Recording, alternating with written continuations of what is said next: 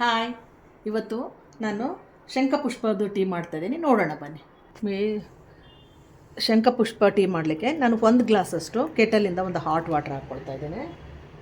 ನಂತರ ಈಗ ನಾನು ಒಂದು ಬ್ಲೂ ಕಲರ್ದು ಶಂಖಪುಷ್ಪ ಹಾಕ್ಕೊತಿದ್ದೀನಿ, ಇದು ವೈಟ್ ಕಲರ್ದು ಶಂಖಪುಷ್ಪ.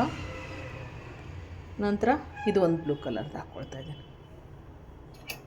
ಹಾಕ್ಕೊಂಡ್ಬಿಟ್ಟು ಒಂದು ಸ್ವಲ್ಪ ಒಂದು 3 ನಿಮಿಷ ಇದನ್ನು ಹೀಗೆ ಇಂಬೈಬ್ ಆಗ್ಲಿಕ್ಕೆ ಬಿಡಬೇಕು. ನಂತರ ಇದಕ್ಕೆ ಸ್ವಲ್ಪ ಲೈಟಾಗಿ ಕೂಲ್ ಆದಮೇಲೆ, ಒಂದು ಸ್ವಲ್ಪ ಉಗುರು ಬೆಚ್ಚಗಾದಮೇಲೆ ಜೇನುತುಪ್ಪ ಹಾಕ್ಕೋಬೋದು. ಬಿಸಿದೇ ಕುಡಿಬೇಕು ಅಂದರೆ ಶುಗರು ಅಥವಾ ಬೆಲ್ಲ ಹಾಕ್ಕೊಳ್ಬೋದು. ಒಂದು 2 ಮಿನಿಟ್ಸ್.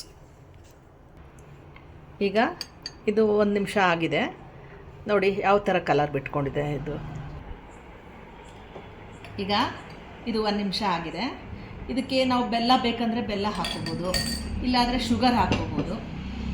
ಆಪ್ಷನಲ್ಲು ಲೆಮನ್ ಲೈಕ್ ಮಾಡೋರು, ಎಸಿಡಿಟಿ ಪ್ರಾಬ್ಲಮ್ ಇಲ್ಲದೆ ಇರೋರು ಲೆಮನ್ ಹಾಕ್ಕೋಬೋದು.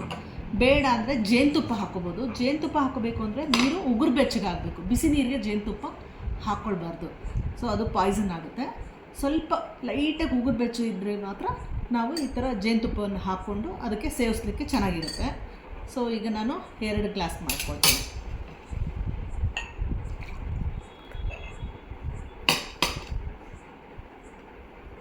ಈಗ ನಾನು ಬೆಲ್ಲನೇ ಹಾಕ್ಕೊಳ್ತಾ ಇದ್ದೀನಿ, ಬಿಸಿ ಇರೋದ್ರಿಂದ, ಬಿಸಿಯಾಗಿ ಕುಡಿಬೇಕು. ಆದ್ದರಿಂದ ಬೆಲ್ಲ ಹಾಕ್ಬಿಟ್ಟು ನಾನು 1-2 ಡ್ರಾಪಷ್ಟು ನಿಂಬೆಹಣ್ಣು ಹಾಕ್ಕೊಳ್ತಾ ಇದ್ದೀನಿ.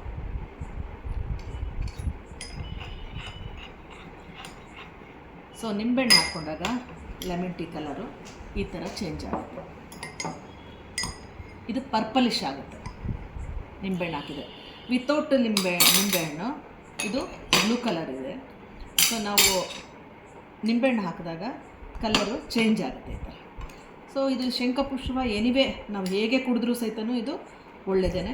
ವಿತೌಟ್ ಶುಗರ್, ವಿತೌಟ್ ಬೆಲ್ಲ ಮತ್ತು ವಿತೌಟ್ ನಿಂಬೆಹಣ್ಣು ಸಹಿತ ಆರೋಗ್ಯಕ್ಕೆ ಒಳ್ಳೆಯದೇ ಇರುತ್ತೆ. ಹೇಗಾದರೂ ತೊಗೋಬೋದು. ನೀವು ಮನೇಲಿ ಒಮ್ಮೆ ಇದೇ ಥರ ಶಂಖಪುಷ್ಪ ಹೂವಿಂದ ಟೀ ಮಾಡಿಬಿಟ್ಟು ತೊಗೊಳ್ಳಿ. ನಾನು ಡೈಲಿ ಮಾಡಿ ತಗೊಳ್ತಾ ಇದ್ದೀನಿ. ಸೊ ನೀವು ಮನೇಲಿಗೆ ತೊಗೊಂಡು ಲೈಕ್ ಮಾಡಿ, ಶೇರ್ ಮಾಡಿ. Bye bye. Thank you.